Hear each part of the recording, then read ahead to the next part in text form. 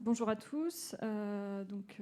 Aurélia Papin, je suis infirmière en réanimation médicale au CHU d'Angers, membre de la commission du congrès infirmier, et je suis très heureuse de vous accueillir aujourd'hui pour une présentation qui se veut interactive. Donc c'est pas un cours magistral, c'est pas une interrogation orale non plus, mais on va vous demander de participer tout au long de cette session sur la prise en charge du patient de l'intubation au sevrage en équipe pluridisciplinaire. On va discuter autour d'un cas clinique pour voir un petit peu à tous les niveaux, que ce soit médical, paramédical, psychologue, kiné, infirmier, comment on peut prendre en charge au mieux ce patient qui est intubé, ventilé. Donc je vais laisser la parole à mes collègues qui m'accompagnent sur cette session. Et surtout, n'hésitez pas à poser les questions au fur et à mesure de la session, à nous interrompre et à donner vos avis sur cette prise en charge. Bonjour, donc je m'appelle Lise Piquillou, je suis médecin réanimateur, je travaille à Lausanne.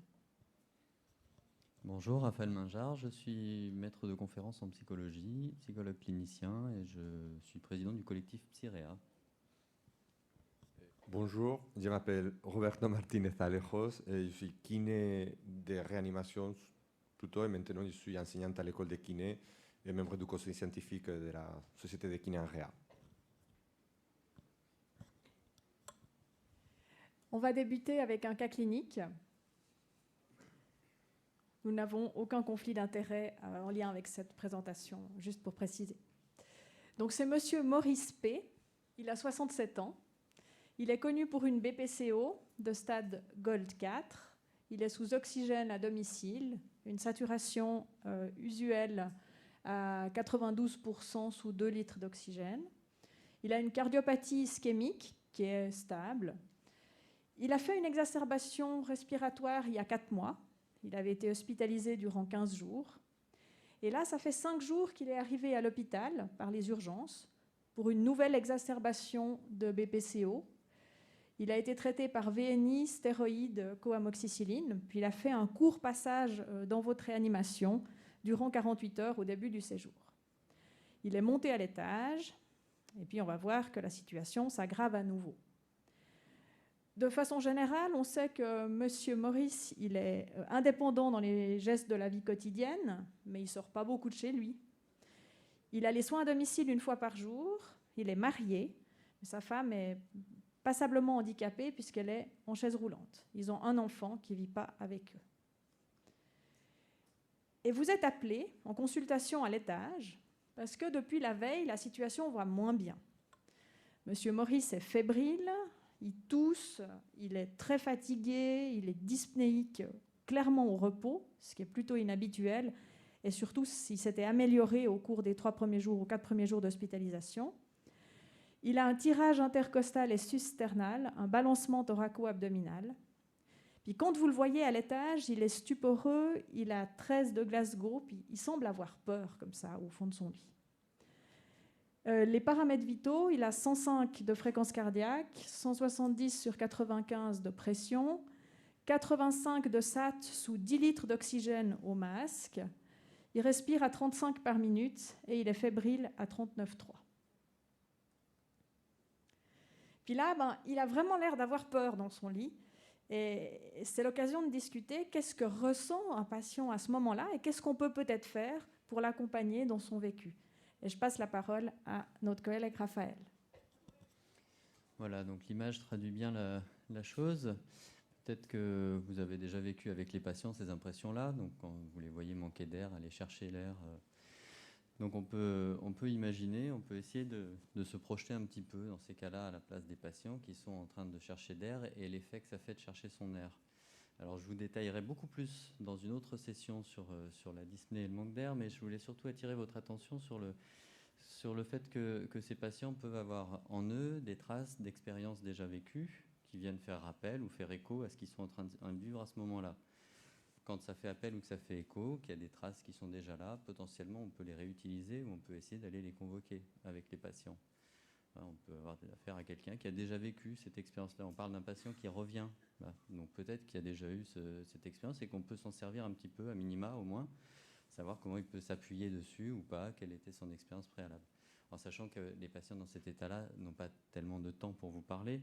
Donc ce qui est important, c'est la présence, la qualité de la présence que vous pouvez leur offrir à ces moments-là. Une présence qui soit les plus rassurantes possibles. Une présence rassurante ne veut pas dire le fait de dire à quelqu'un dans cet état-là tout va bien. On imagine bien que ça ne sert pas à grand-chose. Par contre, d'être là avec lui et puis d'essayer de l'apaiser au travers des ressentis et du partage de ses ressentis, là, ça, c'est efficace. Il faut me rappeler le code de couleur. Donc en tant qu'infirmier, on vous demande à ce moment-là, donc le patient est donc admis en réanimation, on vous demande donc un certain nombre d'examens et notamment une gazométrie qui est faite donc sous 10 litres d'oxygène avec donc un pH qui est à 7,18, une PaCO2 à quasiment 70, une PaO2 à 52. Une saturation artérielle donc, qui est à 84% et des lactates à 3,1. À ce moment-là, et là je vais vous interpeller, en tant qu'infirmier, pour les infirmiers qui sont dans la salle, qu'est-ce que vous faites? Qu'est-ce que vous en pensez là, de votre patient avec cette gazométrie? Et est-ce que vous en restez là? Est-ce que vous interpellez le médecin? Et pourquoi vous interpellez le médecin, surtout, si vous le faites? Soyez pas timide, hein. On est entre nous, il n'y a pas de note à la fin. Donc, si le patient il vient d'être admis en réanimation, je pense que déjà à la base, notre médecin, nous on demande dans notre service qu'est-ce qu'on prépare, parce qu'on sait déjà le patient qui va arriver. Donc voilà, est-ce qu'on installe déjà une VNI? Est-ce qu'on prépare le plateau d'intubation? Et il nous a déjà dit, voilà, vous lancez une VNI avec les paramètres. Voilà, après, sinon on appelle le médecin, forcément. Hein. Est-ce que quelqu'un d'autre veut... Oui, il y a des réactions? Non. Donc, donc attention, on est à l'affût. Hein.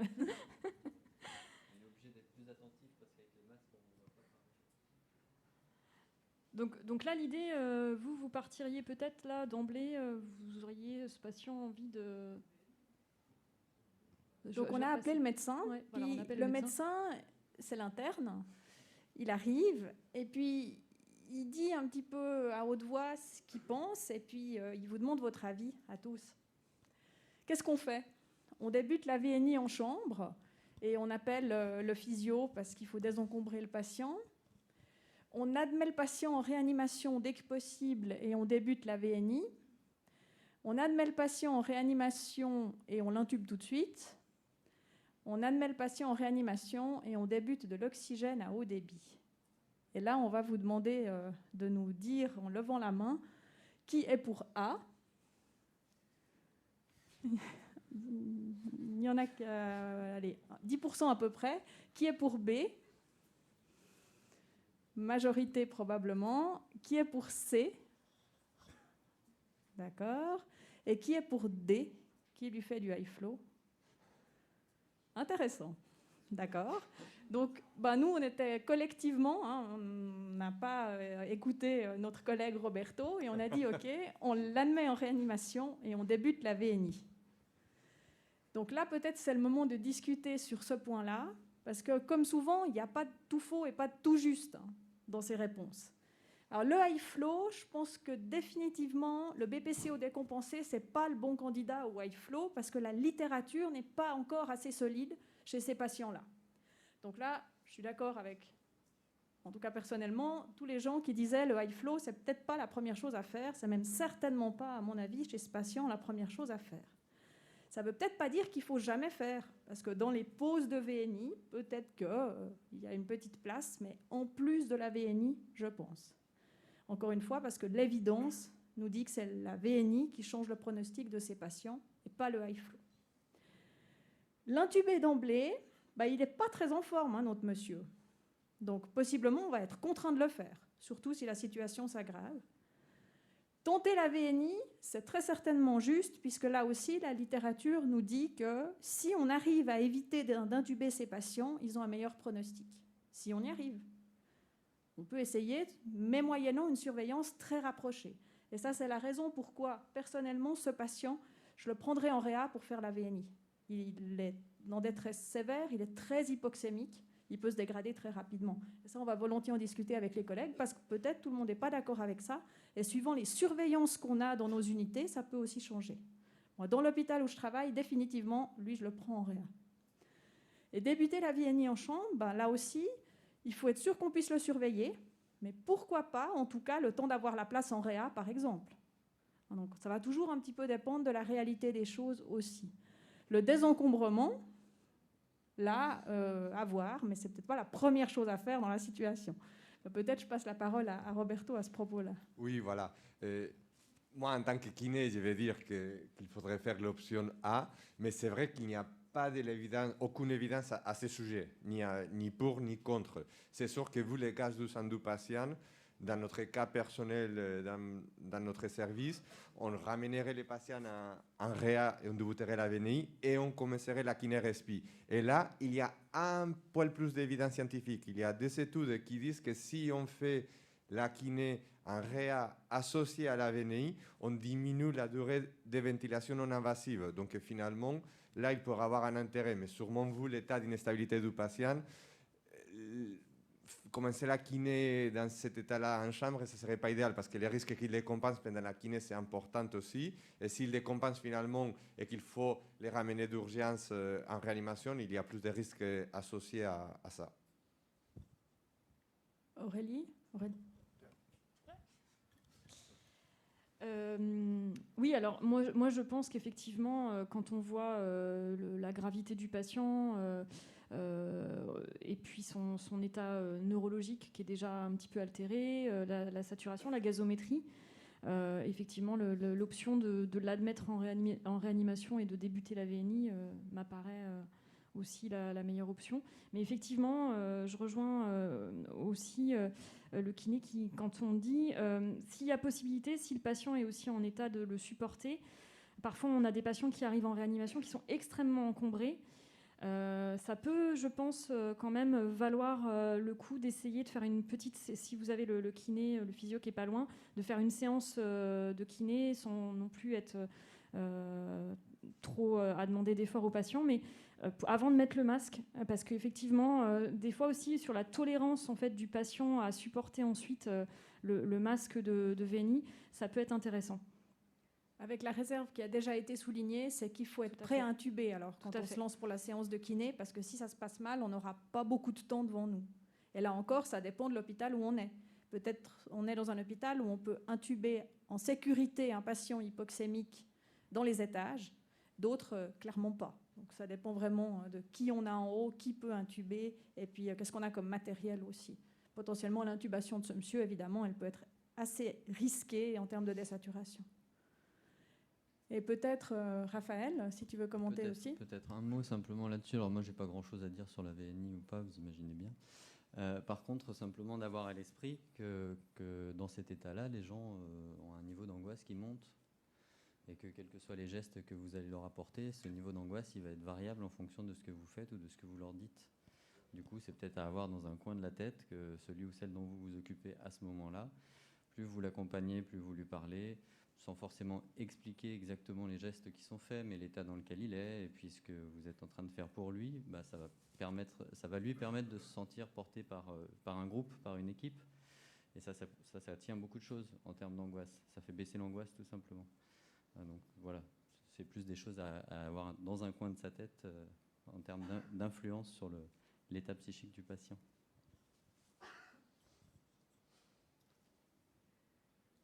Donc après 60 minutes de VNI, donc on a débuté la VNI. Donc les patients, il y a une aide à 14 cm d'eau, un PEP à 6 et une FiO2 à 70%. Donc après ces 60 minutes, les patients ils restent agités, inconfortables avec un RAS à +3.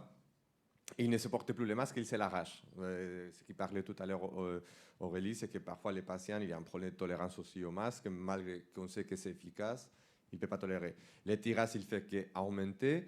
On se retrouve avec une fréquence respire à 30 cycles par minute et il est toujours encombré.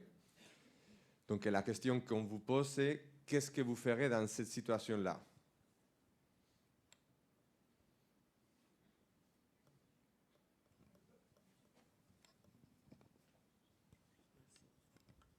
Je dirais qu'on prépare immédiatement le matériel d'intubation pour pouvoir l'intuber dans les meilleures des conditions au plus vite. Parce que je pense qu'au fur et à mesure du temps, au niveau des réserves, il s'épuise. Donc là, l'urgence, c'est l'intubation immédiate. Le patient est agité déjà, il ne relève plus de la VNI. On n'a pas de gaz du sang. Arrêtez la VNI, voir est-ce qu'il va se calmer, est-ce que sa charge de travail va baisser, et est-ce que peut-être l'OSD nous permettrait, en fonction, si on, bien sûr on a amélioré son acidémie respiratoire. Si on n'a pas amélioré ses gaz du sang, là à ce moment-là, il y a indication de ventilation invasive. Oui, bonjour. Donc, effectivement, avec 7,18 de pH, il est vraiment limite à l'intubation.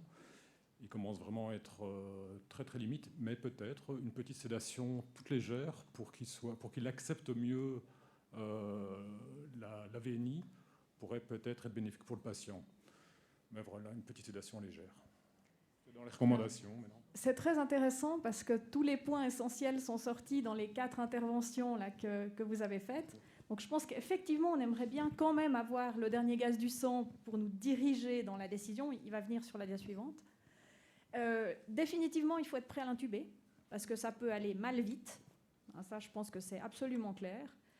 Et puis après, dans les stratégies pour éviter ou retarder l'intubation et réfléchir à ce qu'on peut encore améliorer, parce que là, c'est probablement ça la question. C'est est-ce qu'il y a encore quelque chose qu'on peut améliorer ? Pourquoi pas essayer d'enlever le masque, mettre le high flow peut-être pour désencombrer, encore une fois. La sédation, comme vous le savez tous, il y en a qui le font, il y en a qui ne le font pas. La littérature, elle est un petit peu oui, un petit peu non, ça dépend des études qu'on lit.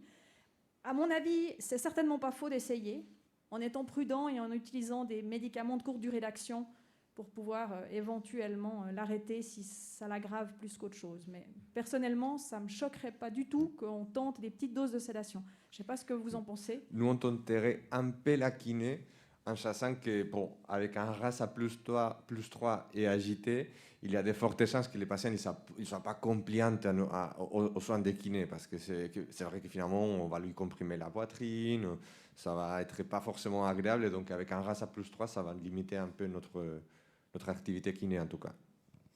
Aurélie ?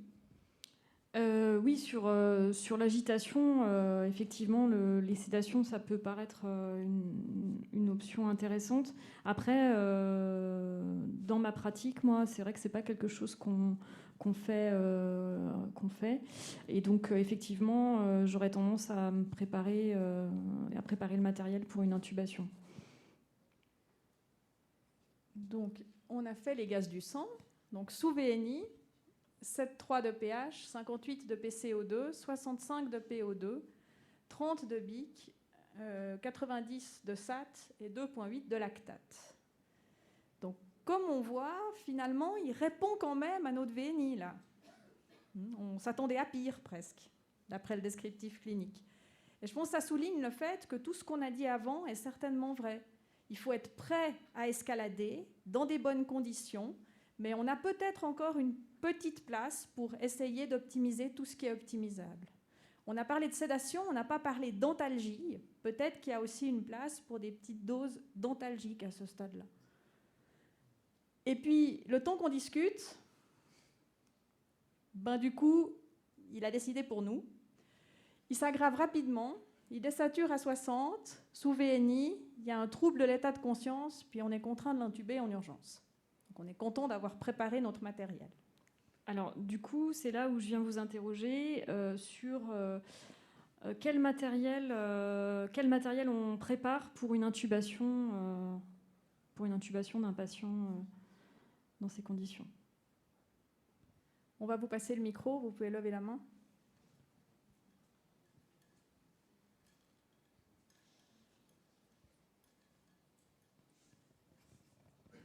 Bonjour, je suis Marine, je suis infirmière en réanimation que depuis 1 an.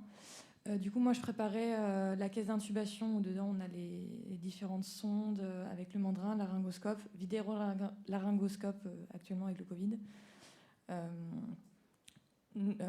Aussi, je rapproche le chariot d'intubation difficile avec tout ce qui est avec les mandrins, avec les manchons courts si jamais le patient il est obèse. Les drogues aussi, on demande à notre médecin, enfin, normalement on anticipe, on demande si jamais tu veux intuber, qu'est-ce que tu veux comme drogue au niveau des hypnotiques et des curares. Les drogues aussi, qui vont prendre le relais, les pousse-seringues.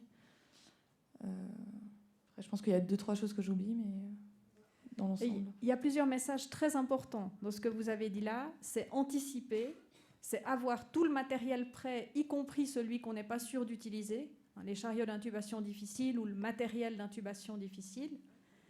Et puis, préparer les drogues et avoir la voie veineuse prête, du remplissage dessus, etc. Donc, d'accord avec tout ça. Et qu'est-ce qu'on peut encore rajouter dans notre matériel qu'on veut préparer ? Bonjour, moi je suis infirmière depuis presque 30 ans en réanimation à l'hôpital d'Antibes. Déjà, moi, mon niveau infirmier, je vérifie, je demande aux patients, je regarde s'il n'y a pas des dentiers, fausses dents, tout ça. Voilà, préparer une aspiration aussi. Et puis ensuite, nous, oui, on a des tiroirs tout prêts aussi, donc où il y a les différentes sondes à différentes tailles. Après, les lames, on a laryngo court, laryngo long, et lames taille 2, 3 ou 4. En général, c'est une 4 qu'on prend. On prépare, nous, on n'a pas les mandrins, on a les bougies de Boussignac. Voilà, et puis pareil, on prépare l'induction, mais ça, le médecin, il nous dit ce qu'il veut au niveau de l'induction, et puis prépare les drogues qui vont suivre derrière. Voilà. Donc il y a l'aspiration en plus du matériel qui a été mentionné. Qu'il n'y ait pas des dentiers, quoi. Moi, j'aurais juste rajouté aussi une préoxygénation, donc préparer le matériel pour venir préoxygéner le patient en vue de l'intubation, et puis aussi un capno pour pouvoir réaliser le geste en sécurité. Et le soin de bouche pour éviter les PAVM. Est-ce que vous voyez d'autres choses à rajouter ? Parce que c'est vrai que là, c'est bien, on est en train d'allonger la liste. Bonjour, je suis Maxime, infirmier depuis 1 an et demi à l'hôpital Ambroise Paré à Boulogne. Je pense qu'au vu de la situation, j'aurais aussi rapproché la planche parce que l'arrêt cardio-respiratoire risque d'arriver pendant l'induction au vu du fait qu'il tire depuis un bon petit moment et qu'il désature. Donc pendant l'induction, je pense que l'arrêt est fort probable.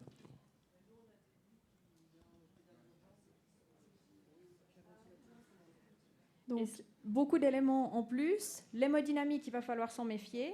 Donc, la planche, le lit, probablement. Probablement avoir aussi des drogues de réanimation cardio-pulmonaire prêtes, que ce soit du bolus ou du continu, mais il faut certainement être prêt.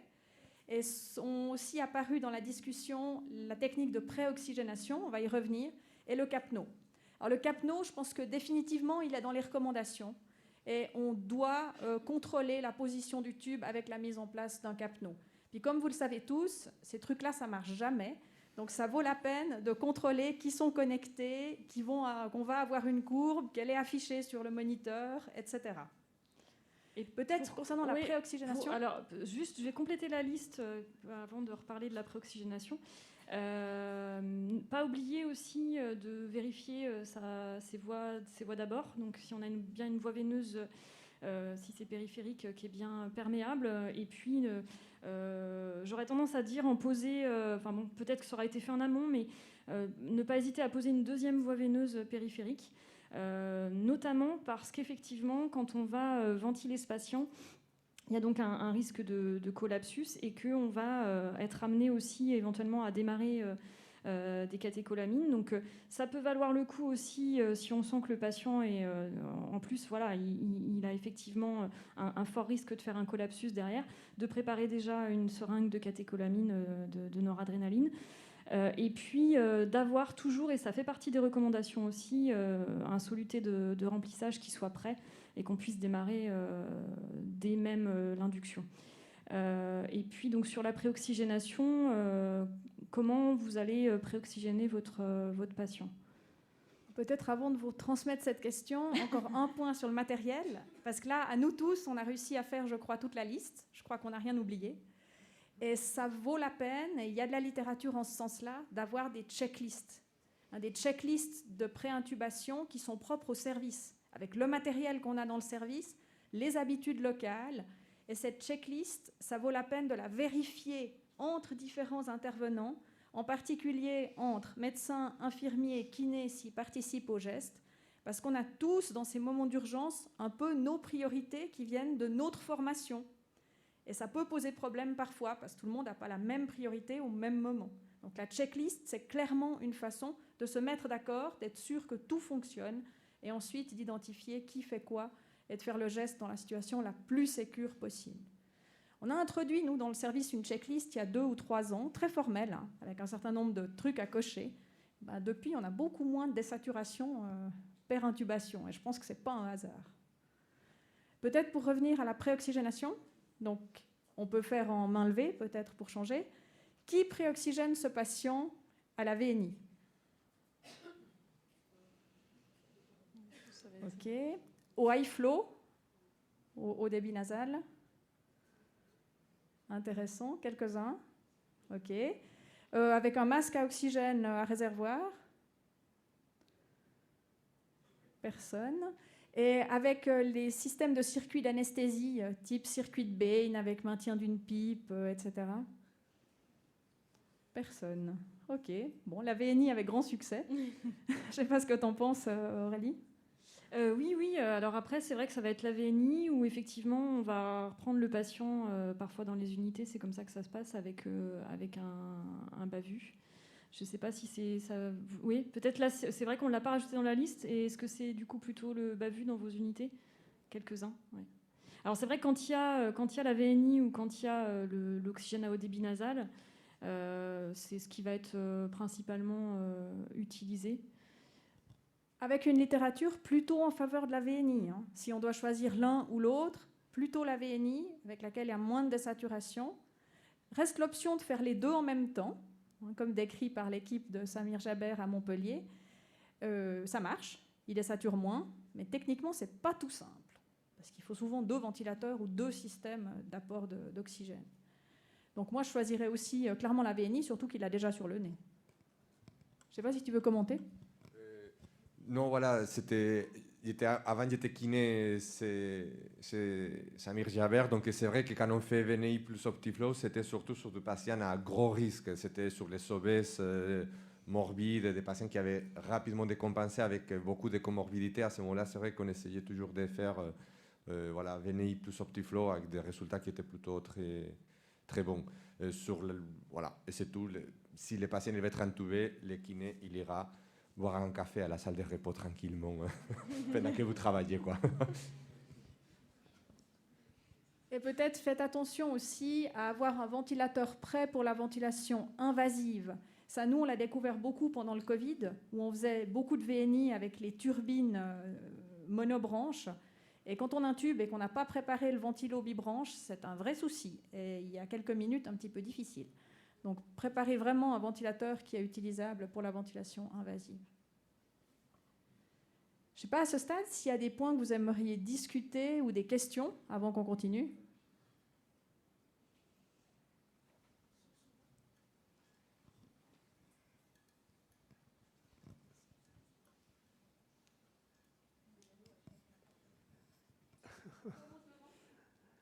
Sous quel mode vous allez le préoxygéner? Moi, je mettrais de la VPC, par exemple. Trouble de la conscience, il désature. Est-ce que l'AI va servir à compenser la charge de travail? Je mettrais peut-être une VPC, personnellement, avec une fréquence adaptée. C'est une très bonne question. Je pense que là, à ma connaissance, il n'y a pas beaucoup de littérature. Moi, je fais la même chose. Je mets de la VPC avec une fréquence de base. Ou sur les ventilateurs de VNI, j'augmente la fréquence de backup pour avoir une fréquence de base. Bonjour, je suis kiné. Moi, je voulais juste faire un petit point. En fait, ce qui est pratique quand on alterne, enfin quand on fait les deux VNI et Optiflow ou ONHD, en fait, ce qui est pratique, c'est que la VNI, on peut la mettre en pré-oxygénation et ensuite on garde l'Optiflow en per-intubation. Ça peut être intéressant aussi pour garder une... Pas forcément chez les patients qui sont à risque, mais pour garder tout le long, en fait. Je ne sais pas si vous êtes d'accord avec moi. C'est intéressant. Je pense là non plus, il n'y a pas vraiment de littérature. Ça dépend beaucoup des systèmes qu'on a pour faire de la VNI et de l'optiflow. Parce que sur certains systèmes, il faut changer les circuits, passer de mono à bibranche et inversement, et là, pour le coup, ça prend trop de temps. Mais si on a un système qui permet de shifter rapidement de VNI à optiflow, franchement, pourquoi pas? Je ne sais pas ce que tu en penses. Oui, voilà, je pense que ça dépend du matériel. Moi, j'étais toujours sur des réanimations où pour faire la préoxygénation, c'était facile, mais pour les mettre en mode optiflow sur les ventilateurs, il fallait débrancher une branche, il fallait mettre les ventilateurs en veille, puis passer en mode oxygène. Donc, finalement, le temps qu'on a perdu sur ça, parfois, quand on les fait en post-extubation ou des choses comme ça, c'est pas grave. On extube les patients, on fait les suites, c'est pas trop grave. Là, on est sur une période un peu d'urgence. C'est 10 secondes, ils peuvent être critiques, comme disait tout à l'heure lui, on peut se retrouver en arrêt cardio-respi sans le vouloir. Et ça, c'est un message très important, je pense. L'intubation en urgence, c'est une urgence. Et en gros, il faut que la sonde soit dans la trachée. Et si on a des systèmes faciles pour alterner, oui, mais si c'est trop compliqué, moi, je pense qu'il ne faut pas le faire. C'est vrai que certains ventilateurs où il faut débrancher la branche expi, repasser en veille, remonter, il faut quand même bien 45 secondes pour faire le relais par quelqu'un d'habitué. Je ne sais pas s'il y a d'autres questions. Moi, j'avais une autre question, ce serait plutôt sur l'organisation pendant l'intubation avec les rôles de chacun. Parce que moi, je suis nouvelle diplômée depuis 1 an. Des intubations, j'en ai pas vu non plus énormément. Et je me souviens très bien de ma première intubation, c'était mon premier jour lâché, où clairement, c'était compliqué, en tout cas pour moi, de trouver ma place, en tout cas en tant qu'infirmière. Et c'est vrai qu'après, c'est venu par la suite, mais au tout début, c'est vraiment compliqué dans les gestes d'urgence de trouver sa place. Pour ça, je pense que la checklist est une bonne réponse. Parce que si dans la checklist, il y a qui est le médecin responsable de l'intubation, il doit se désigner. Qui est l'infirmier responsable d'injecter les médics, il doit se désigner. Qui est l'infirmier responsable du matériel respiratoire, il doit se désigner. Si on l'a fait au tout début, c'est clair pour tout le monde, quelle que soit l'expérience des gens. Et ça, c'est très vrai avec l'expérience des docteurs aussi, parce que ce n'est pas toujours le réanimateur le plus expérimenté qui intube. Et pour le coup, préciser les rôles, je pense qu'en termes de sécurité, ça nous aide beaucoup. Alors, au niveau infirmier, je dirais qu'effectivement, c'est bien d'être 2 infirmiers. Après, il y a des aides-soignants qui peuvent tout à fait gérer tout ce qui est checker s'il y a besoin du bavu, l'aspiration endotrachéale, et puis sortir le matériel quand effectivement il y a une checklist qui est faite ou un plateau d'intubation qui existe déjà. Et j'aurais tendance à dire que, effectivement, pour ce qui est l'injection des drogues, l'infirmier qui est en référence du patient, il connaît ses voies d'abord. Et donc, comme dans toute situation d'urgence, j'aurais tendance à dire que c'est cet infirmier-là qui va se mettre à l'injection et à manager, en fait, s'il y a besoin de remplissage, de démarrer la noradrénaline, qui va se mettre au niveau de l'injection des médicaments. Et puis le deuxième infirmier qui va plus être là pour servir le matériel. C'est vraiment une question, mais comme dans toute situation d'urgence, du leadership et de l'organisation de l'équipe. Et effectivement, c'est vraiment important quand on a une checklist et quand on sait déjà le nombre d'intervenants qu'on a besoin dans une chambre, ça évite aussi d'être trop nombreux et de se parasiter en fait. Donc je pense qu'effectivement, le médecin senior, l'interne, si c'est l'interne qui intube, et puis 2 infirmiers ou un infirmier, un aide-soignant, ça ne sert à rien d'être trop nombreux non plus. Et puis penser qu'il y a quelqu'un aussi sur le respirateur, parce que s'il y a des manipulations à faire au niveau du respirateur, par exemple si on était en VNI, donc repasser pour faire de la ventilation invasive, voilà, il faut changer les paramètres. Et donc ça va se faire en fait pendant l'intubation. Donc, Il y a un point très important qui a été soulevé tout à l'heure, c'est l'histoire des dentiers et des dents. Donc ça, il faut vraiment faire attention, vraiment enlever les dentiers s'il y en a. Et du même genre, pour les médecins qui sont dans la salle, il y a le positionnement du patient qui est essentiel dans ces intubations en urgence. C'est souvent ça, en fait, qui va conditionner la réussite ou non de l'intubation. Et là, pour le coup, le patient, il est préoxygéné sous sa VNI, peut-être avec un mode contrôlé parce qu'il ne respirait pas suffisamment tout seul. On a le temps de positionner avant de se lancer dans le geste en tant que tel. Et ça, je pense que c'est un message très important pour les plus jeunes d'entre nous, parce que tous les médecins se sont fait attraper et après on tombe sur d'autres complications qui sont plus complexes à gérer.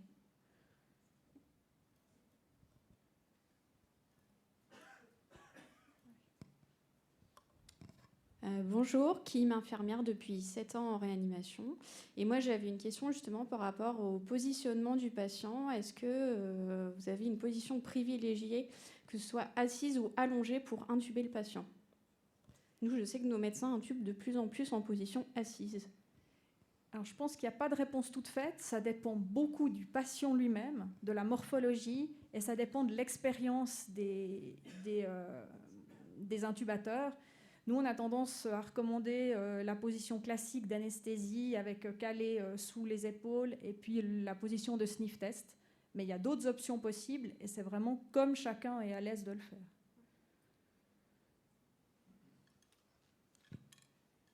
Peut-être on va avancer un petit bout dans le cas. Donc, quels réglages initiaux de notre ventilateur? On ne va pas passer trop de temps sur cette dia parce que ça fait l'objet de beaucoup d'autres sessions dans le congrès. Mais on voulait insister sur les grands messages. Les grands messages, c'est que la ventilation, elle doit être protectrice, même si à ce stade, on n'est pas encore sûr que notre patient a un ARDS. Mais si vous vous souvenez de la radiographie qu'on a vue tout à l'heure, il a probablement la surinfection bactérienne de sa BPCO décompensée. Donc de fait, il a probablement, ou il va développer un ARDS. Donc ventilation protectrice, faible volume courant, 6 ml/kg, dépression de plateau inférieure à 28, grand maximum 30, et puis une pipe suffisante pour éviter les atelectases, pas trop élevée non plus, en tout cas pas d'emblée, chez le patient que vous venez d'intuber, qui est probablement vide et instable hémodynamiquement. Ça vaut souvent la peine de remplir un peu, comme l'a dit Aurélie, d'améliorer l'hémodynamique avant d'essayer de titrer la pipe. Et puis, faites attention, c'est un obstructif. C'est un BPC au stade 4, donc il est à très haut risque de faire de la rétention gazeuse qui peut vous augmenter beaucoup les pressions intrathoraciques et vous compromettre beaucoup l'hémodynamique. Donc ça va être important de jouer avec tous ces paramètres et pas seulement l'optimisation des gaz du sang au cours de la ventilation. Et c'est l'occasion de passer à la surveillance du patient ventilé. Donc voilà, votre patient est donc intubé. Tu passeras les slides, Lise. Votre patient est donc intubé. Les réglages du ventilateur ont été faits par le médecin. Alors maintenant, ce patient, qu'est-ce que vous allez surveiller chez lui? Allez-y, je vous écoute. Et puis après, on fait un petit tour. Qu'est-ce qu'on surveille de manière générale chez un patient qui est intubé ventilé, sédaté? Je vais vous aider. Alors, on a déjà la surveillance clinique. Est-ce que mon patient est en état de choc? Est-ce que je vois des marbrures? Donc, il y a des échelles de cotation des marbrures qui existent, qui permettent de savoir la gravité de l'état de choc. Cyanose, se méfier aussi des cyanoses parce que quand on a notre saturomètre qui est sur les mains qui sont cyanosés comme ça, évidemment que la saturation, elle ne va pas forcément être fiable. Donc il faudra se rapporter aussi à la gazométrie. Est-ce que mon patient a des sueurs? Donc c'est tout ce qui tourne autour de l'évaluation clinique de ce patient qui est intubé. Et sur le plan neurologique, donc le patient, on l'a sédaté. Donc là, on va aussi évaluer est-ce qu'il est correctement sédaté. On va coter donc éventuellement le RAS, le BPS par rapport à son confort et sa douleur, les pupilles, donc la surveillance, tout ce qui a retour à la surveillance neurologique du patient. Et puis, donc on va surveiller les paramètres vitaux avec évidemment l'état hémodynamique, la saturation pulsatile, la fréquence cardiaque, qui vont être donc au niveau scope. Et puis, donc, je vous le disais, surveillance gazométrique. Est-ce que vous voyez des choses à rajouter à ça? Globalement, c'est ce qu'on fait tous en tant qu'infirmier au lit du patient, et ça regroupe aussi une surveillance finalement standard d'un patient en réanimation. Moi, je rajouterais l'écran du ventilateur. Ouais, et ben justement. Ah, j'avais oublié juste une petite chose. La position du patient dans le lit. Pourquoi 30 degrés? Est-ce que Donc la réponse ici, c'est la prévention des PAVM. Ça convient à tout le monde, cette réponse ? Ouais. Donc effectivement, c'est ça. Hein. Donc on est vraiment sur la prévention aussi des PAVM, c'est-à-dire qu'on est dans la surveillance et dans la prévention aussi des risques qui vont découler de la ventilation mécanique.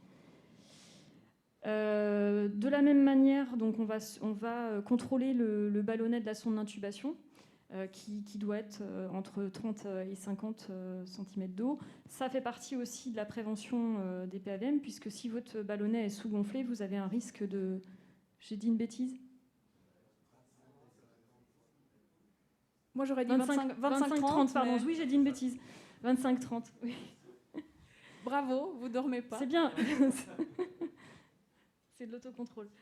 Donc oui, donc dans la prévention des PAVM, ça fait partie aussi des choses à surveiller pour éviter qu'il y ait une inhalation des sécrétions.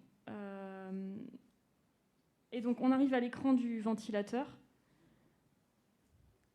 Je vous apporte le micro.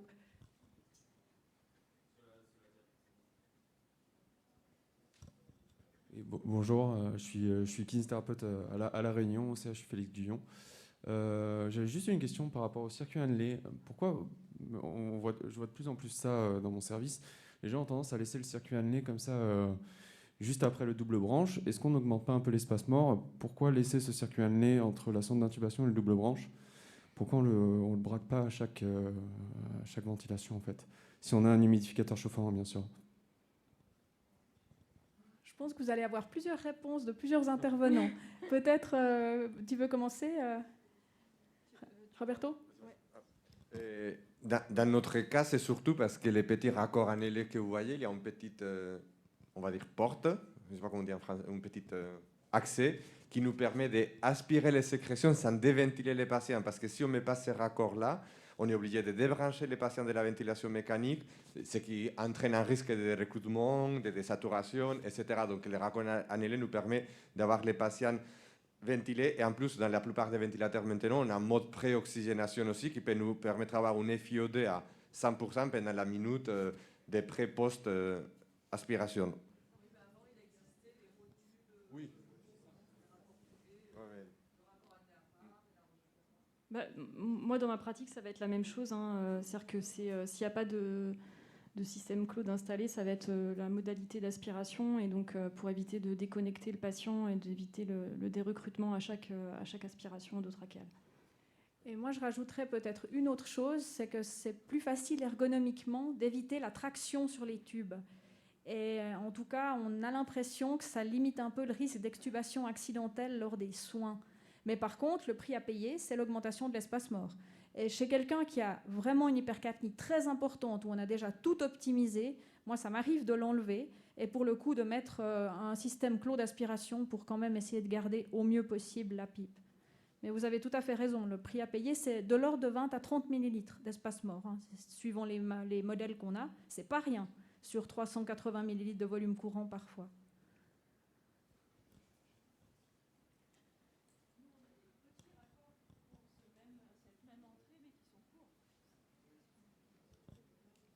Je viens de la réanimation d'Annecy.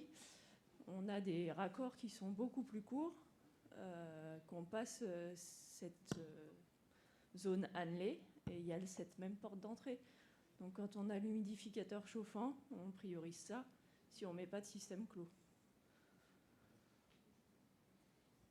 Alors ça, c'est évidemment la solution élégante, parce qu'on a les avantages sans les inconvénients.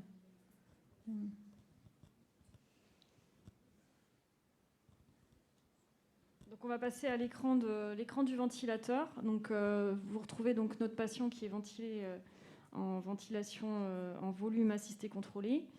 Donc qu'est-ce qu'on surveille quand on est devant cet écran de ventilateur ? Bah déjà les réglages. Donc vous allez avoir une prescription médicale. Vous retrouvez donc votre FiO2, le volume courant. Donc les recommandations donc sur un SDRA, donc c'est 6 ml/kg.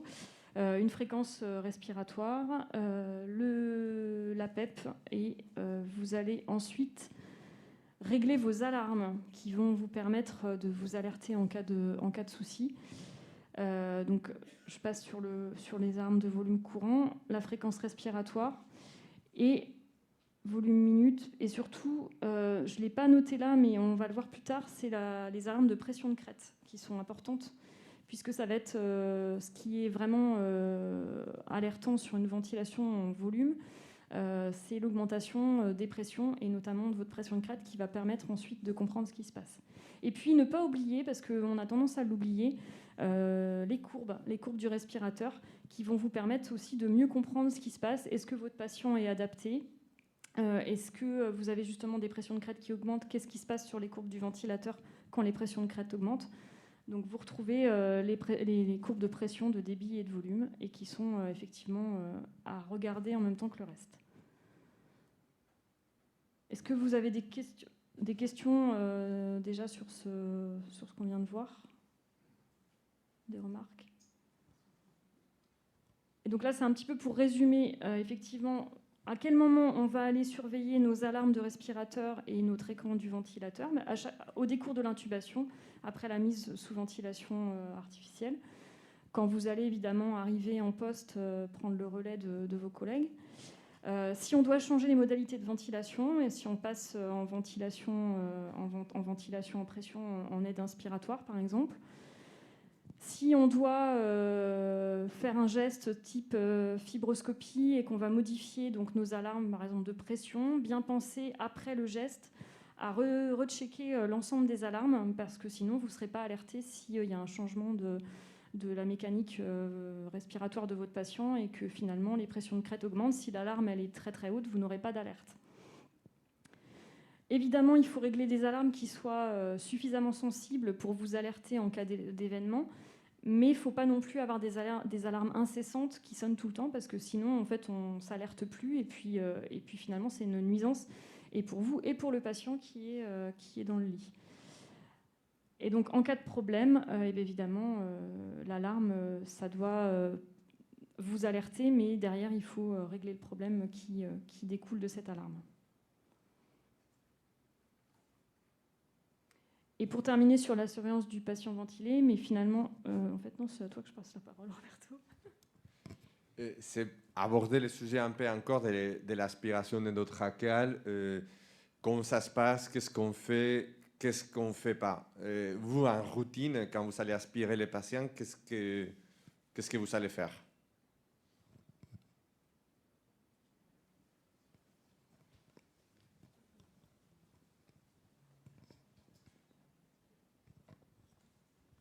Déjà, la première chose que j'essaie de voir, c'est de savoir si le patient, j'arrive à voir s'il est encombré.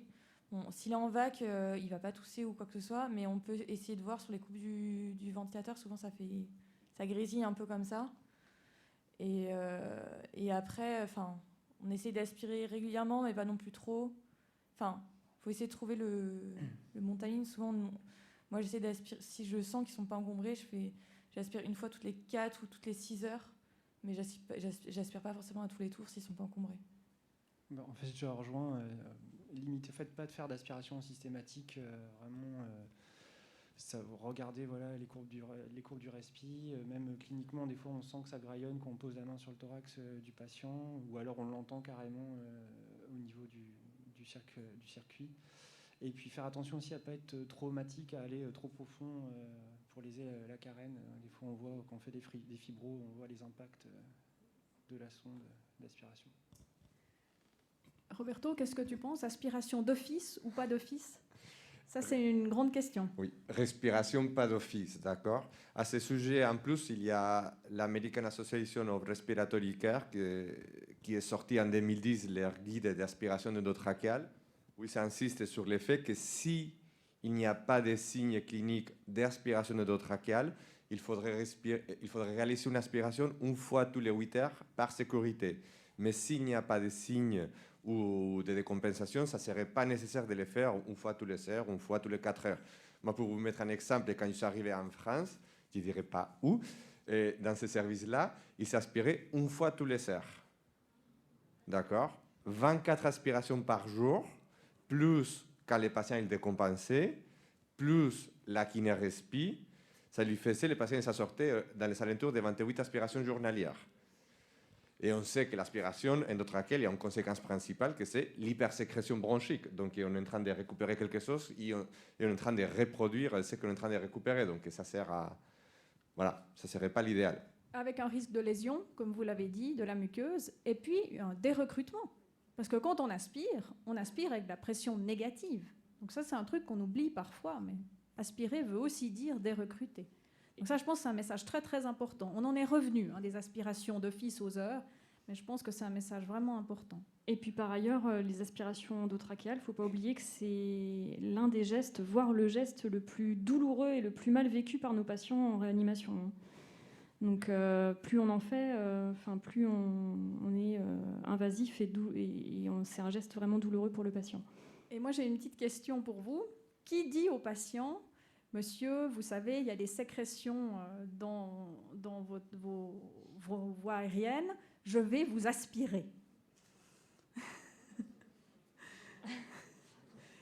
J'ose lever la main parce qu'on en a parlé entre nous et moi je le dis. Et qu'est-ce qu'on peut induire chez notre patient quand on lui dit plein de bonnes intentions, je vais vous aspirer? Je passe volontiers la parole à Raphaël. Je vous remercie de votre sincérité, en tout cas. C'est très bien de vouloir dire ce qu'on fait aux patients, mais on imagine bien que quand si vous mettez 2 minutes à la place de quelqu'un qui est dans un état de conscience un peu modifié, c'est-à-dire un peu plus endormi que nous aujourd'hui, et puis qui oscille entre le rêve et le sommeil, comme vous pouvez le faire le matin ou le soir quand vous vous endormez ou vous vous réveillez, si certains mots traversent dans ces moments-là. Donc le « je vais vous aspirer », on ne sait pas du tout ce que ça va donner dans la tête de la personne. Potentiellement, elle part avec. C'est-à-dire que ça génère comme ça des processus qui donnent une espèce de rêverie. Et alors potentiellement, vous savez que les patients qui s'éveillent en réa sont la plupart du temps souvent un peu persécutés. Enfin, je ne vous apprends rien du coup. Quand ils se réveillent, il y a un fort sentiment de persécution. Pour certains, c'est clairement des angoisses qui vont du côté d'une forme de paranoïa. Donc quand vous arrivez gentiment en disant que vous allez les aspirer, on vient aussi appuyer sur le film qu'ils sont en train de se raconter dans leur processus d'éveil. Voilà. Donc je pense qu'il faut trouver un autre mot. Celui-ci, je vous le déconseille. Quand les patients sont plus conscients et que vous commencez à avoir un contact avec, etc., pourquoi pas. Mais dans les premiers moments, je crois qu'il faut laisser aller votre créativité et trouver autre chose que ce mot-là qui va effectivement, pour certains patients, je vais vous aspirer, ils en sont au moment du le mot traduit la chose. Donc qu'est-ce qui va m'arriver, quoi? Ça génère des angoisses de disparition comme ça pour certains patients. J'ai fait un petit sondage dans mon unité sur qui disait en vrai je vais vous aspirer. Réponse 100% des soignants. Oui, donc il y a du travail. C'est extrêmement utilisé, mais en même temps on vous dit aussi beaucoup il faut dire ce que vous faites. On ne peut pas vous empêcher. Enfin, voilà le paradoxe, quoi. On vous dit dites ce que vous faites et en même temps ce que vous dites, c'est un effet délétère potentiellement. Donc c'est là qu'il faut trouver autre chose. On peut dire ce qu'on fait et puis en même temps aménager les choses pour que, comme vous le savez, effectivement c'est un des gestes les plus douloureux, les plus invasifs et celui qui pousse à des représentations les plus angoissantes. Bon. Et peut-être on peut aller plus loin dans cette discussion en évoquant un petit peu ce que peut ressentir ou peut imaginer un patient en train de se réveiller, légèrement sédaté. Je ne sais pas si tu veux commenter sur ce point-là. Oui, alors ça c'est un moment particulier, le moment de l'éveil. On est sur les... Ouais, je crois qu'on a une diapo après. Je crois qu'elles sont un tout petit peu plus loin, les diapos. Oui, alors c'est pas grave. C'est un moment particulier où, comme vous le savez aussi, je vous apprends rien, vos patients s'éveillent, se rendorment, se réveillent, se rendorment. Donc ce processus-là, vous pouvez, pour celles et ceux qui en ont l'expérience, venir l'associer à l'expérience du bébé. Un bébé, ça reste réveillé 1h30 par jour à peu près. C'est pas pour rien, c'est parce qu'il a besoin d'intégrer énormément de choses, d'informations. Ça se retrouve sur le plan neurologique et cognitif, mais ça se retrouve aussi sur le plan de la vie psychique. Les patients qui se réveillent, ils ont besoin aussi d'intégrer un certain nombre de choses parce qu'ils ne se réveillent pas comme dans leur lit, ils se réveillent dans un endroit particulier, qui a une ambiance, un environnement particulier. C'est pas leur quotidien. C'est notre quotidien, mais c'est pas le leur. Du coup, tout ça, il faut qu'ils puissent l'intégrer. Donc, ce que je vous mettais, c'est que l'éveil, c'est pas un processus linéaire, ça demande un travail. Pour les patients de s'approprier leur environnement. Pareil, le bébé qui se réveille, il découvre et il faut qu'il s'approprie les sons, les voix, les odeurs, etc. Les patients, ils sont convoqués à ce travail-là. C'est un travail qui est long, qui leur demande beaucoup d'efforts, qui est aussi un travail qui vient dans une période de vie particulière pour eux, parce qu'il y a des événements traumatiques qui font qu'ils sont là, a priori. Hein. S'ils passent par la réanimation, c'est pas qu'ils sont en train de faire une visite de courtoisie.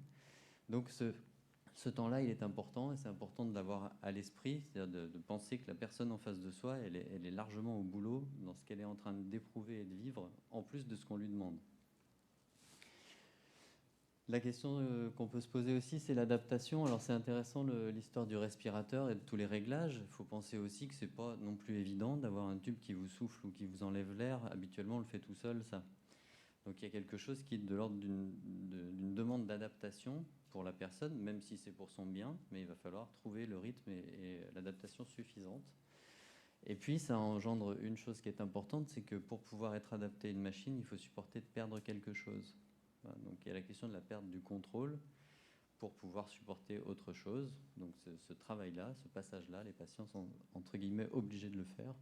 Du moins qu'ils n'ont pas le choix, c'est que la machine prend la main, enfin vous prenez la main sur la machine qui prend la main sur le patient. Mais lui, ça l'invite à devoir perdre quelque chose ou lâcher quelque chose de son automatisme à lui classique, même s'il n'en a pas conscience, évidemment. Hein. Et puis, je vous ai dit un mot tout à l'heure sur les sensations d'étouffement. Du coup, ces sensations-là, de manquer d'air, d'aller chercher son air, quelqu'un parlait du tirage, du travail aussi que ça demande aux patients pour aller récupérer de l'air. Ça nous ramène à des vécus qui sont associés des angoisses de mort, c'est-à-dire que le manque d'air, ça vient convoquer ces représentations comme vous les avez vues au début. Enfin, je ne sais pas, une que vous pouvez imaginer, le bonhomme qui se fait enterrer vivant. Vous avez tous vu ça dans un film. La sensation angoissante de savoir que son air diminue et qu'il n'y aura personne pour le sauver. Les patients traversent des périodes comme celle-ci, avec des vécus du coup agonistiques, pour certains. En attendant que, évidemment, la machine supplée, que la ventilation fonctionne et que petit à petit puisse remonter, se récupérer. Mais une fois arrivé là, c'est pas parce que ça fonctionne bien que tout est fini, c'est-à-dire qu'ensuite il va falloir retrouver une ventilation spontanée. Et là, vous avez aussi tous vécu ce passage-là de la désadaptation au respirateur, qui n'est pas simple non plus. Voilà, ça se met à sonner de partout, vous êtes tout tranquille, vous allez régler vos alarmes. Le patient, il est en train de faire une espèce de lutte avec la machine pour pouvoir dire non, c'est moi qui commande en fait, et je suis capable de le faire. Et donc là, il y a aussi un moment qui n'est pas évident pour la plupart des patients, qui est de récupérer sa propre capacité de respirer. Encore quelques rappels. Voilà, donc la première, c'est n'oubliez pas qu'on ne sait pas comment les gens perçoivent une phrase ou un mot. Dans les moments de l'éveil, c'est vraiment ce qui est à avoir à l'esprit. C'est pas parce que vous avez dit au patient quelque chose qu'il va l'entendre exactement comme vous l'avez dit. Dans la vraie vie, c'est déjà comme ça. Quand vous parlez à votre mari ou votre femme, vous lui dites un truc qu'il ne comprend jamais. Vous voyez bien, c'est encore pire quand c'est les périodes de coma. Donc pensez que le mot traduit, on ne sait pas tellement ce que ça traduit, donc prudence dans les mots qu'on emploie. De la même manière qu'un patient agité, si on lui dit si vous continuez, je vais vous attacher, c'est pareil, ce genre de phrase-là, si on peut essayer de s'en séparer, c'est pas grave. Plutôt essayer de l'accompagner avec un tonus mimo-gesto-postural, c'est-à-dire d'accompagner les gens dans leurs mouvements. Je sais que c'est pas facile, vous n'êtes pas assez nombreux, toutes ces problématiques de service, on les connaît bien. Mais il y a effectivement, dans l'agitation, on parlait de la sédation tout à l'heure, mais il y a aussi l'accompagnement et la position que vous pouvez avoir auprès des patients agités. Bien souvent, quand on est là avec eux pendant un moment relativement long, il y a beaucoup de phases d'agitation qui diminuent déjà par le fait d'être en lien avec la personne et de conserver le lien le plus longtemps possible. Évidemment, leur parler, c'est garder ce contact humain. Je crois que c'est ce qu'on essaye de faire, de toute façon, à la fois quand on les accompagne vers des sédations, puis quand les patients se réveillent, on essaye d'humaniser ce moment-là, parce que sinon on est aux prises uniquement avec de la technique et de la technologie. Mais quand on se réveille dans un environnement qui est très marqué par la technologie, qu'on a 70 ans ou 80 ans, qu'on ne connaît pas trop les hôpitaux pour certains patients, parce que de leur vie, ils n'ont pas tellement eu affaire à ça, il débarque comme dans un film de science-fiction, quoi. Donc plus il rencontre de l'humain, de quelqu'un qui lui parle, plus on travaille aussi sur la question de l'angoisse. Et puis, dans les différents liens que je vous proposais d'avoir à l'esprit aussi, je sais que ça fait beaucoup de trucs à avoir à l'esprit en même temps, mais vous avez l'habitude d'avoir plein de choses dans la tête dans votre travail. Donc un peu plus, un peu moins.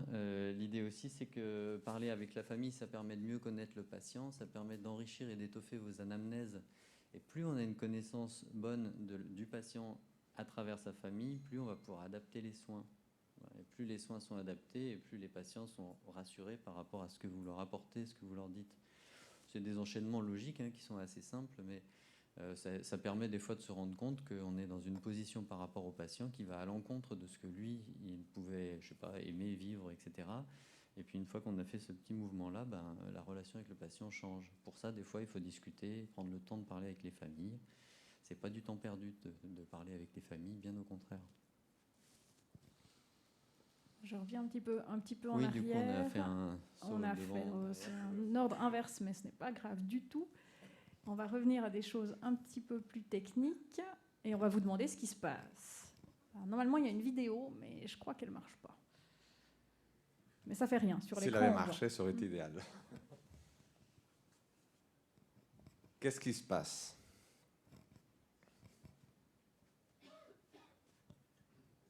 Qui se lance?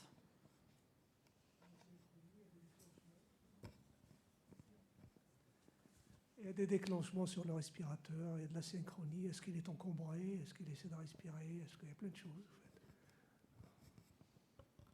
fait. Asynchronie et encombrement, peut-être tu peux commenter, Roberto? Oui, voilà. Ce qui parlait un peu tout à l'heure la collègue infirmière, si vous voyez les petits pics qui se produisent dans la courbe de pression et de débit, ça c'est ce qu'on appelle un sawtooth pattern, d'accord? Les sawtooth patterns, c'est la présence de sécrétions à l'intérieur des voies aériennes. Normalement, ces pics-là, quand c'est les sawtooth qui correspondent à de la sécrétion, on les voit que dans la courbe expiratoire, d'accord? On ne doit pas forcément les voir dans la courbe inspi, mais quand on voit ces pics-là, c'est super intéressant parce qu'on sait que dans les 85% des cas, on a fait des études, on a vu que dans les 85% des cas, c'est de la sécrétion. Donc, on a une manière facile de visualiser la présence de sécrétion dans les voies aériennes. Quand on les voit dans la partie inspi, ça peut correspondre à la condensation d'eau dans la branche inspiratoire. Donc aussi, on a une manière visuelle de commencer à voir qu'il y a de l'eau qui est en train de rester dans la branche. Donc finalement, cette pic-là, ça nous permet déjà, vous en tant qu'infirmière, que c'est, dans mes habitudes, c'est vous qui nous appelez régulièrement au kiné. Les patients de la 10, il est encombré. C'est pas rare, mais la plupart des fois, c'est les infirmières qui nous appellent. Ça vous permet déjà d'évidencier, d'objectiviser l'appel au kiné ou pas, par exemple, d'accord? Et ça vous permet de savoir aussi s'il y a de l'eau qui est retenue, qu'à ce moment-là, il faudrait, vous les infirmières, vous faites mieux que nous, de voir qu'est-ce qui se passe avec le circuit de la ventilation. Donc ça, c'est un exemple qui nous avait mis Aurélie, très joli. Maintenant, il se passe autre chose. La pression de crête sonne. Donc c'est ce que je vous disais tout à l'heure. Finalement, donc vous êtes alerté par cette alarme de pression de crête que vous avez réglée. Alors déjà, quand la pression de crête sonne, ce qui va se produire, si vraiment le patient passe au-delà, enfin si l'alarme de pression de crête passe vraiment au-delà de l'alarme que vous avez réglée, vous allez entendre que le respirateur il se bloque. Puisqu'en fait, le respirateur, c'est une sécurité, il est fait de telle manière qu'il va arrêter de délivrer le volume au moment où la pression de crête passe au-dessus de votre alarme. Donc ce qui peut se passer, c'est si vraiment le patient a vraiment des pressions de crête très élevées et que ça se répète, vous n'allez pas avoir de délivrance de votre volume. La contrepartie, c'est que votre patient, potentiellement, il va désaturer. Et il peut désaturer très profondément. Donc déjà, première chose à faire quand on a vraiment cette pression de crête qui est très élevée, c'est de temporairement modifier votre alarme de pression de crête pour permettre que le respirateur puisse délivrer le volume et que votre patient il soit correctement ventilé. Et puis après, il ne faut pas en rester là, il faut essayer de comprendre ce qui se passe. Donc très rapidement, là, vous avez donc une pression de crête qui augmente et vous voyez que finalement, vous avez une augmentation de la pression de plateau. Merci. Donc, ça a été un peu vite, mais effectivement, quand on a cette augmentation de pression de plateau, donc cette augmentation de crête qui est liée à l'augmentation de la pression de plateau, qui est donc la pression qui règne dans les alvéoles pulmonaires en fin d'inspiration, eh bien, ça signe probablement une diminution de la compliance, une diminution du volume pulmonaire aéré. Les causes principales, c'est donc l'atelectasie, le pneumothorax et aussi éventuellement une intubation sélective. Donc là, la démarche, ça va être d'alerter évidemment le médecin, de faire une radio pulmonaire pour pouvoir comprendre, affiner la cause. Est-ce que Lise, tu veux faire un complément sur cette diapo ? Non, je pense que tout l'essentiel a été dit. Quand la pression de crête sonne, ce qu'il faut, c'est comprendre ce qui se passe. Et comprendre ce qui se passe, ça passe effectivement par augmenter l'alarme de pression transitoirement pour savoir si c'est une P-crête unique qui est haute, problème de résistance, ou une P-plate et une P-crête qui sont montées, problème de compliance. Alors évidemment, si quand on monte l'alarme de pression, on se trouve avec des pressions massivement élevées, il va aussi falloir réduire le volume courant le temps d'avoir réglé le problème. Donc, première chose, monter l'alarme de pression. Deuxième chose, comprendre. Et troisième chose, agir. Et puis deuxième situation, donc là on a de nouveau une augmentation isolée de la pression de crête, pression de pic, mais cette fois-ci sans changement de la pression de plateau. Donc on a par contre une augmentation donc, des pressions du coup résistives. Et donc là, les pressions résistives, c'est donc le reflet de ce qui se passe plutôt au niveau des bronches et du circuit. Et donc, vous avez à ce moment-là probablement un encombrement bronchique, donc ça revient à ce que disait Roberto, une occlusion de sonde ou le patient tout simplement qui est en train de mordre la sonde d'intubation. Donc la première chose à faire, j'étais un peu vite, mais la première chose à faire, c'est évidemment d'essayer de faire de voir si l'aspiration endotrachéale va permettre de diminuer ces pressions de pic.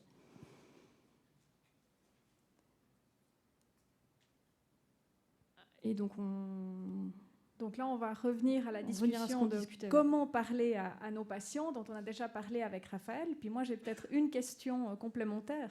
C'est dans l'urgence. Par exemple, on suspecte que la sonde d'intubation est partiellement bouchée. Qu'est-ce qu'on peut faire pour faire au mieux ? Parce qu'à la fois, on aimerait avertir le patient, mais à la fois, il faut agir très rapidement. Finalement, il y a un peu un conflit de priorité, si je lis ce que je fais dans la clinique. Comment est-ce qu'on peut peut-être approcher ça ? Moi, je dirais qu'on peut faire en parlant. Enfin, c'est une manière de faire tenir les deux choses en même temps, mais je pense que vous savez très bien faire, c'est-à-dire que vous êtes des très bons techniciens, et je pense que vous pouvez aussi parler en même temps que vous faites, et on peut dire à quelqu'un ce qui est en train de se passer pour lui au moment où ça se passe. C'est-à-dire qu'il n'y a pas on pourrait se dire qu'il ne devrait pas y avoir de difficulté, ni de gêne, ni de honte, ni de culpabilité à dire à quelqu'un, voilà, vous êtes dans un état critique, on est en train d'essayer de faire en sorte de vous aider, et là, on est en train de... C'est-à-dire qu'on peut allier le geste à la parole au geste ou le geste à la parole, ce qui sera toujours des éléments qu'on pourra reprendre après. Enfin, l'idée peut-être que j'essaye de vous faire passer par rapport au petit rappel que je vous ai donné, j'imagine que tout le monde, enfin ce que vous avez lu, je n'ai rien inventé, hein, je pense que c'est votre pratique quotidienne, mais dans ces rappels-là, c'est de se dire que ce qu'on va dire à un patient, ce qui est dit, on peut le reprendre après. Une parole, une fois qu'elle est donnée, on peut retravailler à partir de là. C'est un patient qui n'a pas très bien entendu, qui est parti un peu dans les limbes, qui revient, il lui reste des traces, des mots, il va pouvoir vous les redonner. À partir de là, vous allez pouvoir vous reparler de ce qui a été entendu ou perçu. Si on fait sans rien dire, on peut potentiellement faire des traces dont on ne pourra pas reparler parce qu'il n'y a pas eu de mots. Donc voilà, ma réponse ce serait celle-ci en fait. Et puis en équipe, ah oui, je faisais peut-être juste le lien avec une question qui était posée tout à l'heure sur l'histoire du travail en équipe au moment de l'intubation, votre question qui était sur la place des uns et des autres. Et moi, je me disais, la coordination est extrêmement importante et de s'en parler avant, c'est aussi important. C'est-à-dire que débarquer dans un service et ensuite agir, il manque quelque chose qui est une coordination justement autour des places, des rôles et des fonctions. On travaille beaucoup, je travaille avec plusieurs réas en ce moment, justement en équipe, et on travaille beaucoup sur la place, le rôle et la fonction de chacun. Ça paraît bête comme ça, mais si à chacun et chacune d'entre vous, je vous disais aujourd'hui, c'est quoi la fonction d'une aide-soignante dans votre réa, d'un médecin, d'une cadre, etc. Je pense qu'on aurait plein de réponses différentes. Puis surtout, quand on n'est pas le médecin, la cadre, l'aide-soignante, l'infirmier, on a une représentation de ce que fait l'autre. Mais c'est pas la même chose, la représentation que j'ai de ce que fait l'autre, que d'entendre l'autre parler de son travail. Ça n'a juste rien à voir. Parce qu'il y a un gap entre les deux, et ce gap, c'est là où on va imaginer des choses, on va projeter tout un tas de trucs. Et on s'aperçoit dans le travail qu'on fait en ce moment avec quelques réas, c'est qu'on imagine que l'autre fait ce métier-là, et en fait, quand l'autre raconte son métier, souvent, C'est pas du tout le métier c'est pas du tout le métier qu'on pensait qu'il est en train de faire. Du coup, remettre les pendules à l'heure de qui fait quoi quand on intube, comment, c'est que du bénéfice pour la suite. Puis peut-être aussi le lien vers la suite. Donc si je résume un petit peu ce que tu nous as expliqué, c'est que parler dans le continu avec le patient, même dans l'urgence, ça va faciliter son vécu de long terme de patient intubé. Puis est-ce qu'il y a d'autres choses qu'on peut faire pour gérer le long terme de ces patients, une fois qu'ils seront extubés et qu'ils vont rentrer à la maison? Je crois que déjà, avant qu'ils partent, on peut refaire avec eux un peu leur cheminement. C'est-à-dire, vous êtes arrivés avec nous, il s'est passé ça. On peut en parler avec les patients de leur passage en réanimation. Alors souvent, dans les services, maintenant, vous avez des carnets, des livres de bord, etc. Mais ça n'empêche pas le fait de se raconter un petit peu ce qui s'est passé avec les patients pendant leur séjour jusqu'à la sortie. C'est des choses qu'on retrouve après dans les consultations post-réa. On va en parler aussi pendant le congrès là, ces 3 jours. Mais tout ce qui peut être dit permet de faire mémoire, en fait. Ça fait des traces là où les patients, quand ils quittent la réa, vous avez peut-être vécu ça aussi, un ictus amnésique, qui fait que la plupart du temps, ils oublient ce qui s'est passé en réa. Certains reviennent le chercher après, soit lors des consultes post-réa, soit dans des sortes de pèlerinages où ils viennent voir. En fait, tous les échanges et les mots qu'on peut avoir avant, ça permet de travailler de façon précoce à accompagner pour la suite. Peut-être on continue avec les prochaines diapos. On les a passées celles-ci, du coup... Je pense qu'on va en arriver... Est-ce qu'il y a peut-être des questions sur les diapos? Oui, du coup, je suis passé un peu vite, mais on est passé un peu vite sur ces 2 diapos. Est-ce que c'est des choses avec lesquelles vous êtes familière, ou est-ce que vous avez des questions spécifiques dans vos expériences courtes ou longues? Ou au long cours? Parce que 30 ans, c'est pas mal quand même. Je me disais, ça a le mérite de voir qu'on peut rester 30 ans en réanimation. Hein? C'est vrai qu'au début, c'est beaucoup la technique. Il n'y en a plus. De toute façon, quand on est en réa, c'est pas bien la technique. Et ensuite, c'est vrai que peut-être que je me suis plus humanisée, effectivement. Non, mais c'est vrai. Non, mais je vous remercie de le dire comme ça, parce quand que on est jeune infirmière, souvent, c'est ça, on n'a pas justement cette approche par rapport aux patients. Et ensuite, oui, moi je parle beaucoup à mes patients. Je suis très maternelle d'ailleurs avec mes patients. Et voilà, non, moi on peut avoir une carrière longue en réa. Ça ne s'applique pas qu'aux infirmiers, ça s'applique à l'ensemble du personnel qui travaille en réanimation, médecins, infirmiers, etc. Kiné aussi, c'est-à-dire qu'au début, vous êtes beaucoup sur cette technique qu'il faut s'approprier, qui n'est pas facile, il y a beaucoup de choses. Donc vous êtes très centré dessus, puis on s'aperçoit que petit à petit, moi, à force de discuter avec les équipes, on s'en rend bien compte, c'est que petit à petit, on élargit le cercle. Et effectivement, la question de la relation, elle arrive souvent un peu à partir du moment où la technique, vous l'avez vraiment...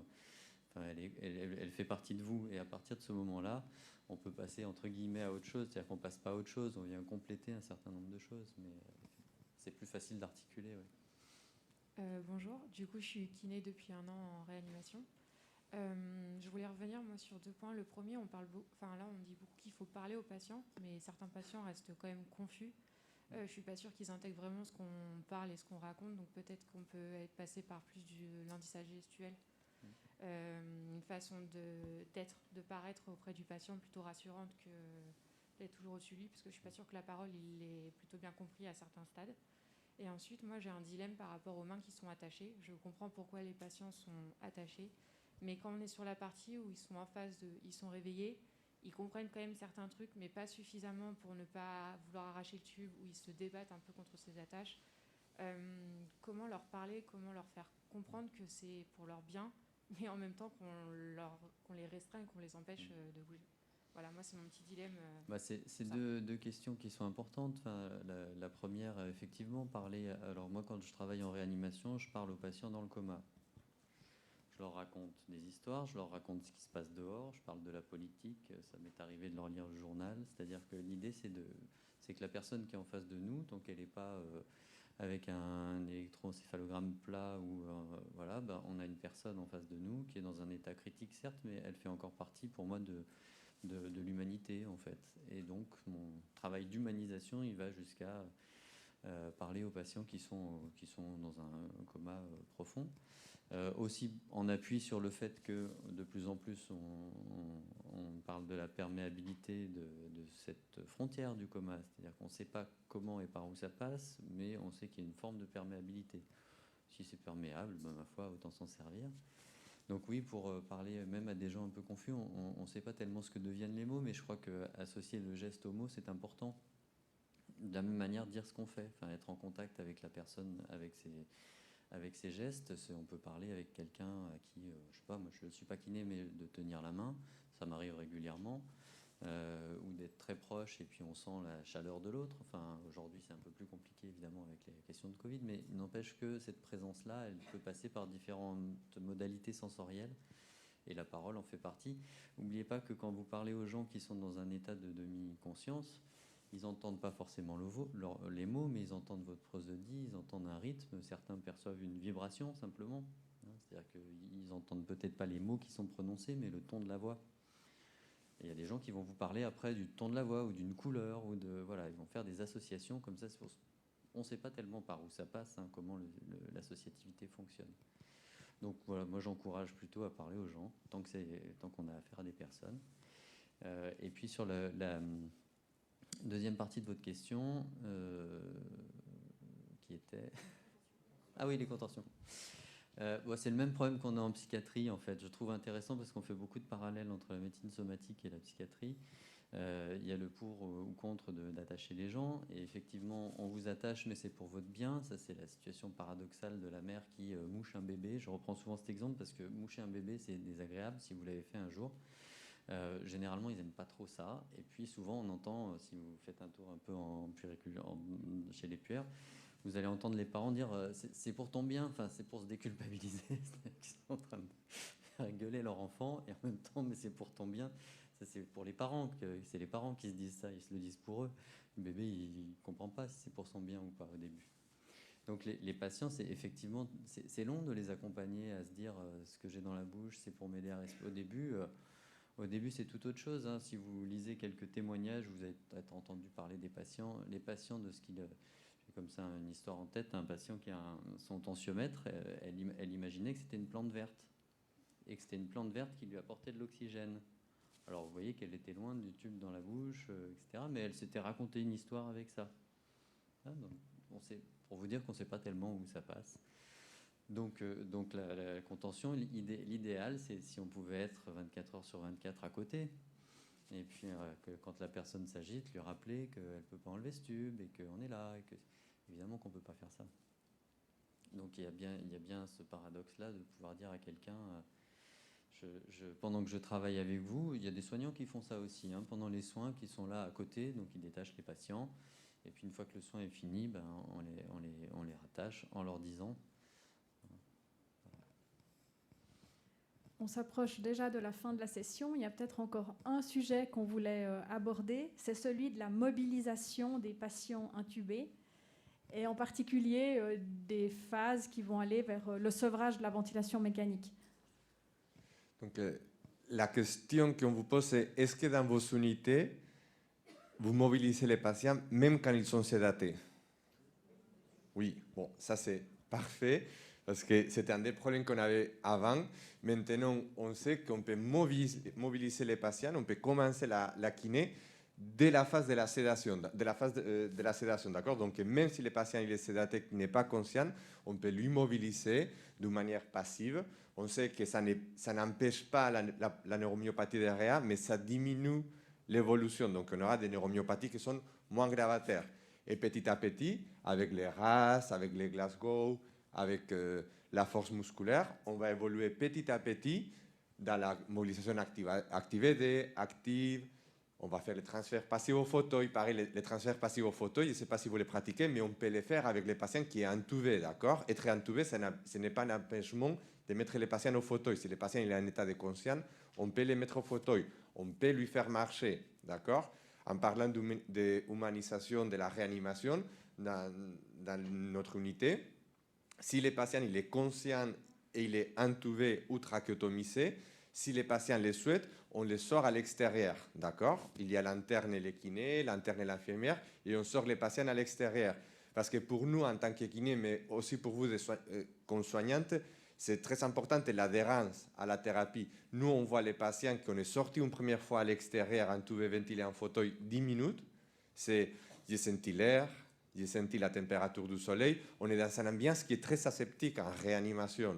Finalement, il y a régulièrement la lumière artificielle, toujours la même température. Et quand les patients sortent, ils disent « j'ai senti la lumière de l'extérieur ». On sait qu'à partir de là, régulièrement, les lendemains, ils sont plus ouverts à la kiné. Et quand on leur demande, il faut aller au fauteuil, il faut marcher, il faut faire les motomètres, et ils sont plus réceptifs à cette activité-là. Donc, les messages à vous faire passer, c'est on peut tout faire en réa. De la phase sédation, on peut déjà commencer à les mobiliser et on peut aller aussi loin comme les sortir à la rue, entubés et ventilés, d'accord? Je ne sais pas si vous, dans votre pratique, qu'est-ce que vous faites, par exemple?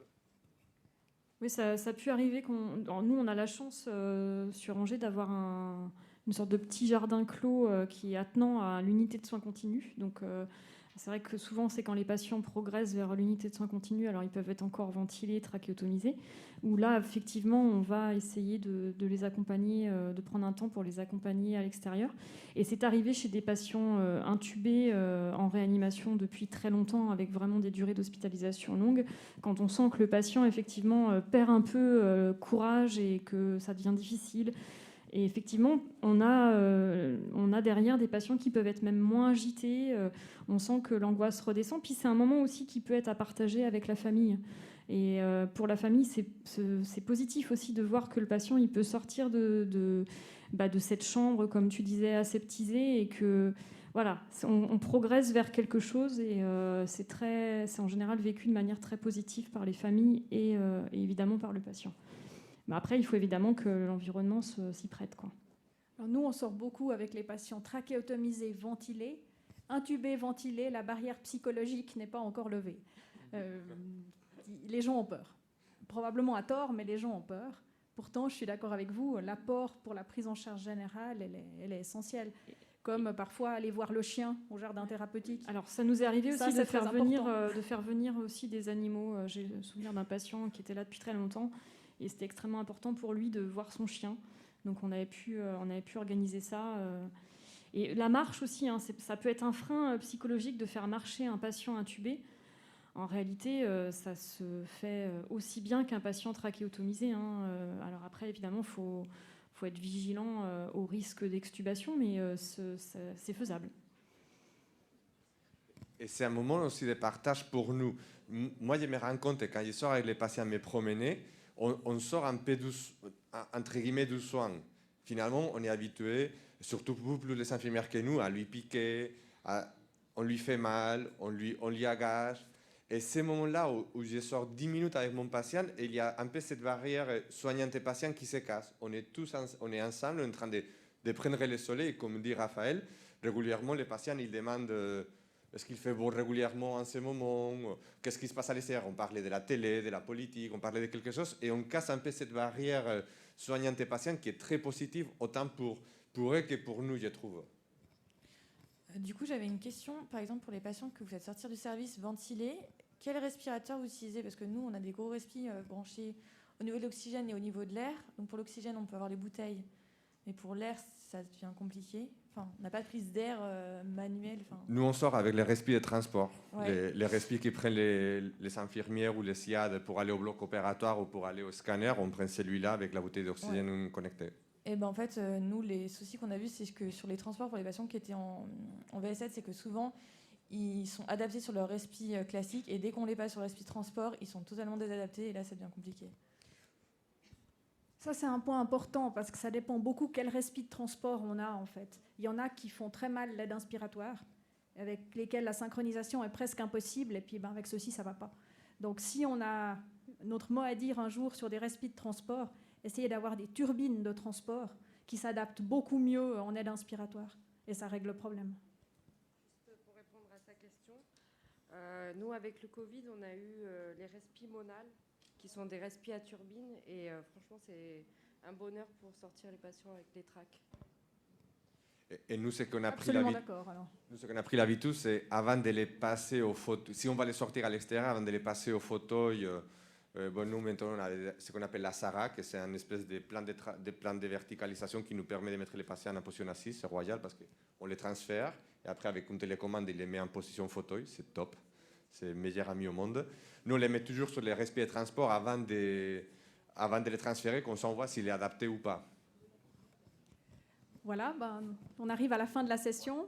Donc, on vous remercie beaucoup pour votre participation. Merci d'avoir pris la parole, d'avoir répondu aux questions.